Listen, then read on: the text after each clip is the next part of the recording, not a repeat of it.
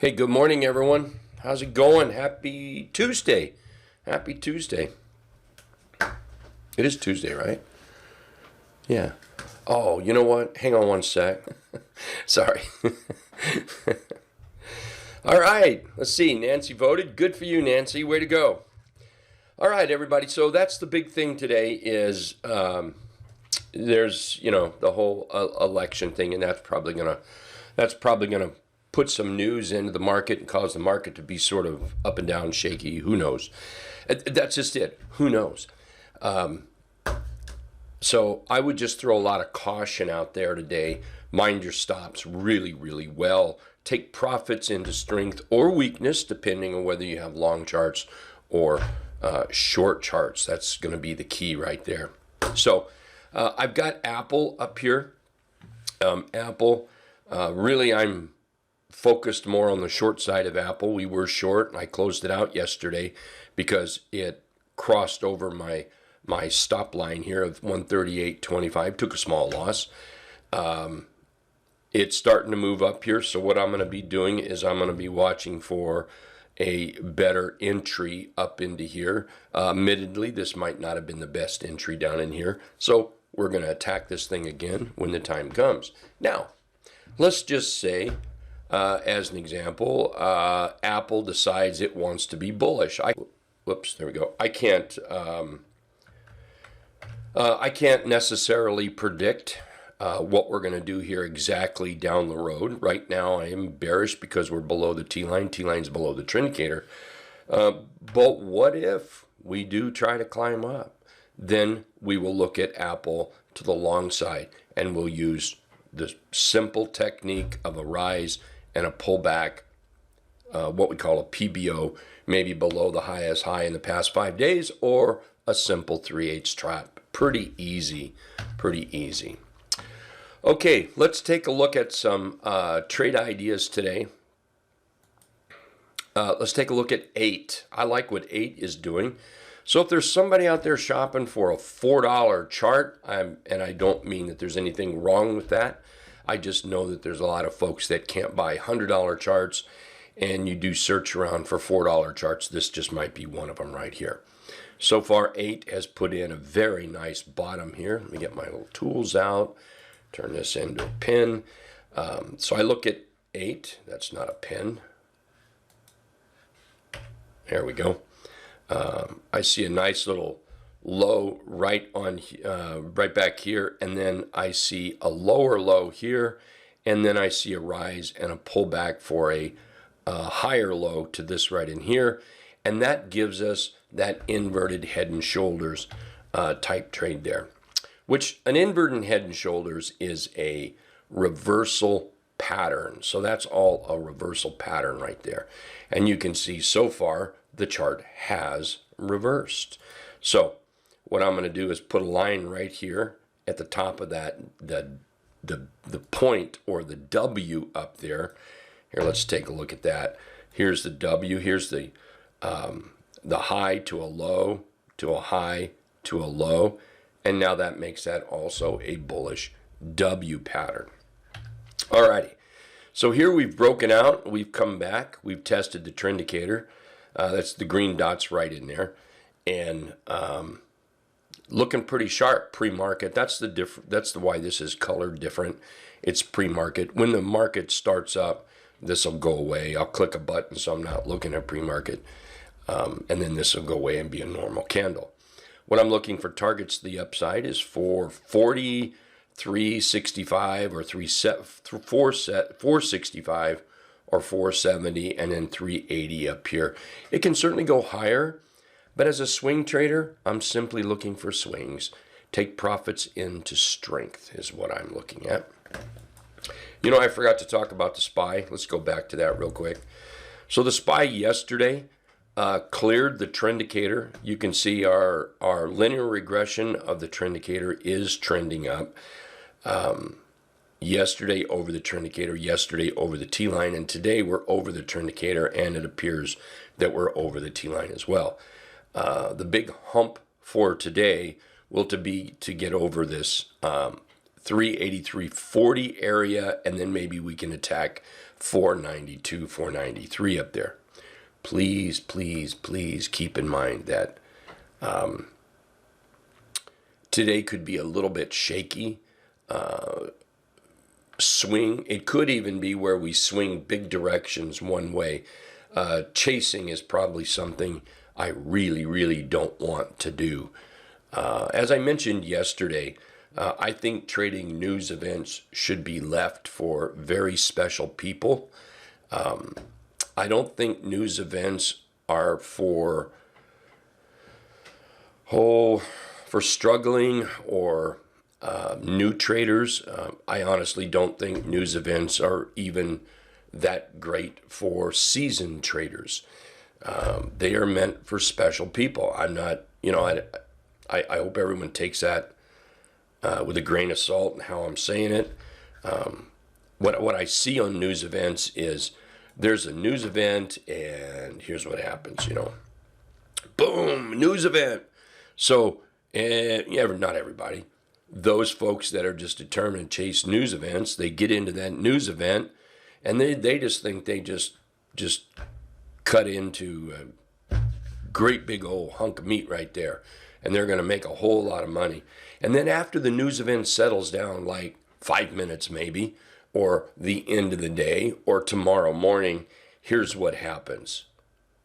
And now the news event is down. And now they're up here and they've got their feelings hurt. And I'm dead serious about that. You've got your feelings hurt. You only get your feelings hurt so many times, and then it starts to wear down on your trading ability because you're getting beat up. And then the trader might say, hey, no problem. So you change directions and you trade this way, when all of a sudden it turns back up. You are demoralized at this point. You are beat up. You're bleeding. You've got teeth falling out. Your eyeballs hanging out of your head. And somebody's called 911. You're hurting. You've got to go to therapy. You've got to go to the doctor. Man, don't do that. Don't do that. So me, I like to avoid news events and just trade the chart when it's all over. So there we go. To the downside, if SPY does start to fail, I'm looking for 368.60, followed by 363.50, and then maybe down here at we'll just call that 450. Okay, I know I'm going to get a lot of flack for this one. A lot of flack. Go ahead, give it to me, everybody. So I've been very negative on PTON, very, very negative. And now, well, I'm not sure I'm going to get,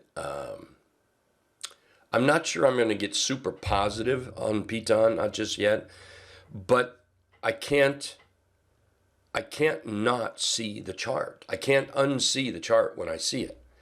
And no matter how you might not like a company, or maybe that company, you feel that company's done you wrong somewhere. Newsflash, it's not the company that done you wrong. What it is you just didn't trade it correctly. So it's not the company's fault. It's not the chart's fault. So while I have really bad-mouthed PTON over the past year, maybe a tad more, I have to look at the chart right now. So what I see in the chart right now is a little bit of a double bottom here. I see us rally up and then a total collapse. And then boom, belt hold turned engulf. As long as we stay over 915 right here, I'm going to have to be a little bullish on this.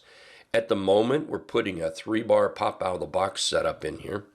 Targets are really simple. Let's just run up and look at where price has been. I'm going to split this one right down the middle, this high and this high, of about 1090. And then let's come up here and let's just fill that gap. That's good enough for now. Maybe I'm going to put one more here. I'll put one more right there. So there we go. For targets for PTON, I'm going to look at 10, 10, 10, 10, 10, 15, 10, maybe $11, and then up here at 12 and a quarter. Let's take a look at Ford. I think Ford's looking pretty good. I know of a couple people in the trading room that announced in the trading room that they were buying Ford yesterday. 2 thumbs up, way to go. Ford is acting good. Nice little constructed bottom here. You can see the bullish trend we've got going on. You can see it clearly in the trend indicator. If you feel that you need to draw trend lines, I get it. I understand. There you go. There's some trend lines you can price. If you think price needs to come back to that trend line, then by all means stick with your rules. Yeah, never break your rules. You know, if your rules and your strategy is this, in fact, that, hey, you like the idea of Ford, but Ford really needs to come back to that trend line right here. And you know what? We can actually do this. Let's do this. We can actually put another trend line just like that. We're going to use these lows right there. That's a little closer. So if you feel that Ford needs to come back a little bit, let's do this now. There you go. Come back into trend. Then that's where you put it on a watch list and you watch for that. And you wait for it. Don't change your rules. If you find your rules don't work like you want them to, then tweak them up a little bit. Me, I see Ford moving up right here. I'm looking at a chart 14 and a quarter, 1480, then 1550 up here. So far today, it's doing pretty good. It does need to break out. So that's going to be important. Let's take a look at Intel. I know a lot of folks are in Intel. I know a lot of folks bought Intel yesterday. I think that's a pretty nice chart. You can see the trend, how it's working. I'm just going to use my trend indicator and the red linear regression to show the direction of the past 10 days of the trend indicator. I see targets up here of 30 and a quarter, 31.40, 32.10. Remember to put your stops on. Probably one of the biggest, the most asked questions, say privately, that I get is, well, where do you put your stop and where do you buy the chart? We cover this each and every day. So I want to urge that I'm going to keep talking about it. I want to keep talking about it, but I urge just give it a shot once. I mean, what you have to think about is a couple of things. And it's one of the most easiest things in the world. If you like Intel, where would you not like Intel? I mean, what is it about the chart you like? Describe it to yourself. Write it down. Now,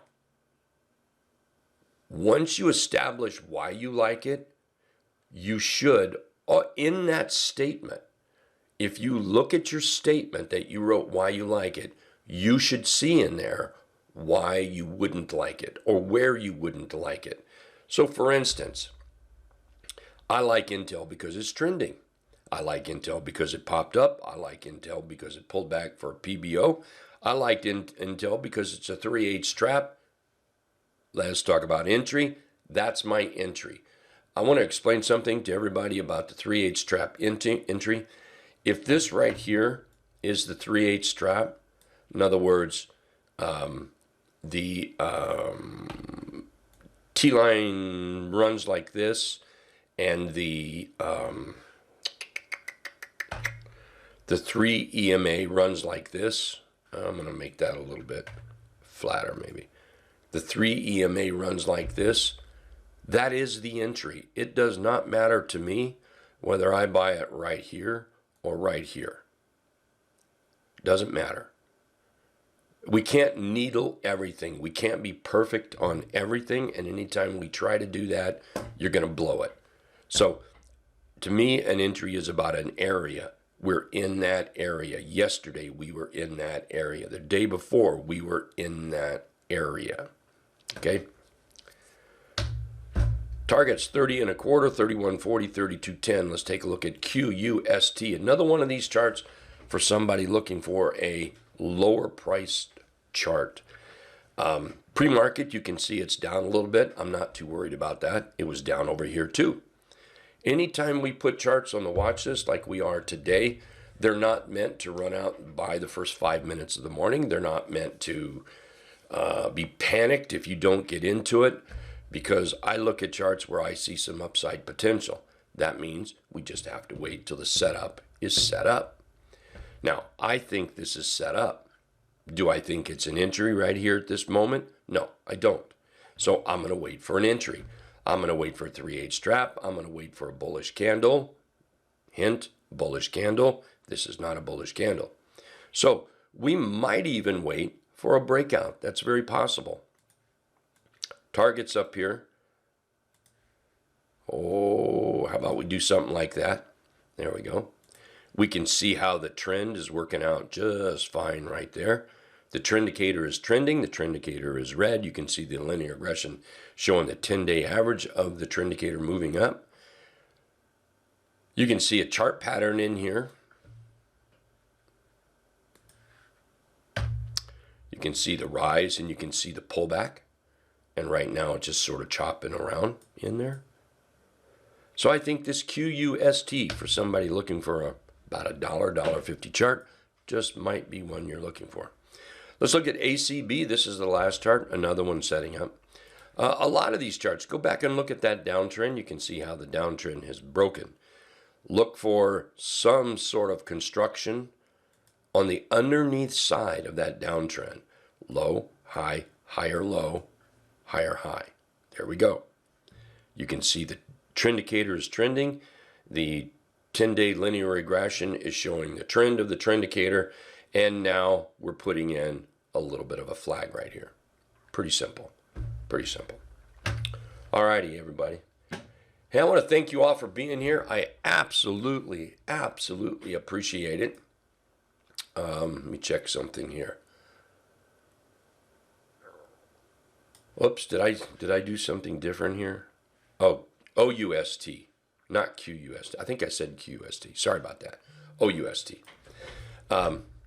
Anyway, thank you everybody for being here. I absolutely appreciate it. Welcome to Tuesday. Welcome to the trading rooms, and we'll see you all back here in a little bit. Remember to be cautious today. Remember to be cautious today. All right. Yeah. And then tomorrow morning might be a little bit radical as well. Okay. All right. You guys take care. I'll be back in about 20 minutes or so. Later.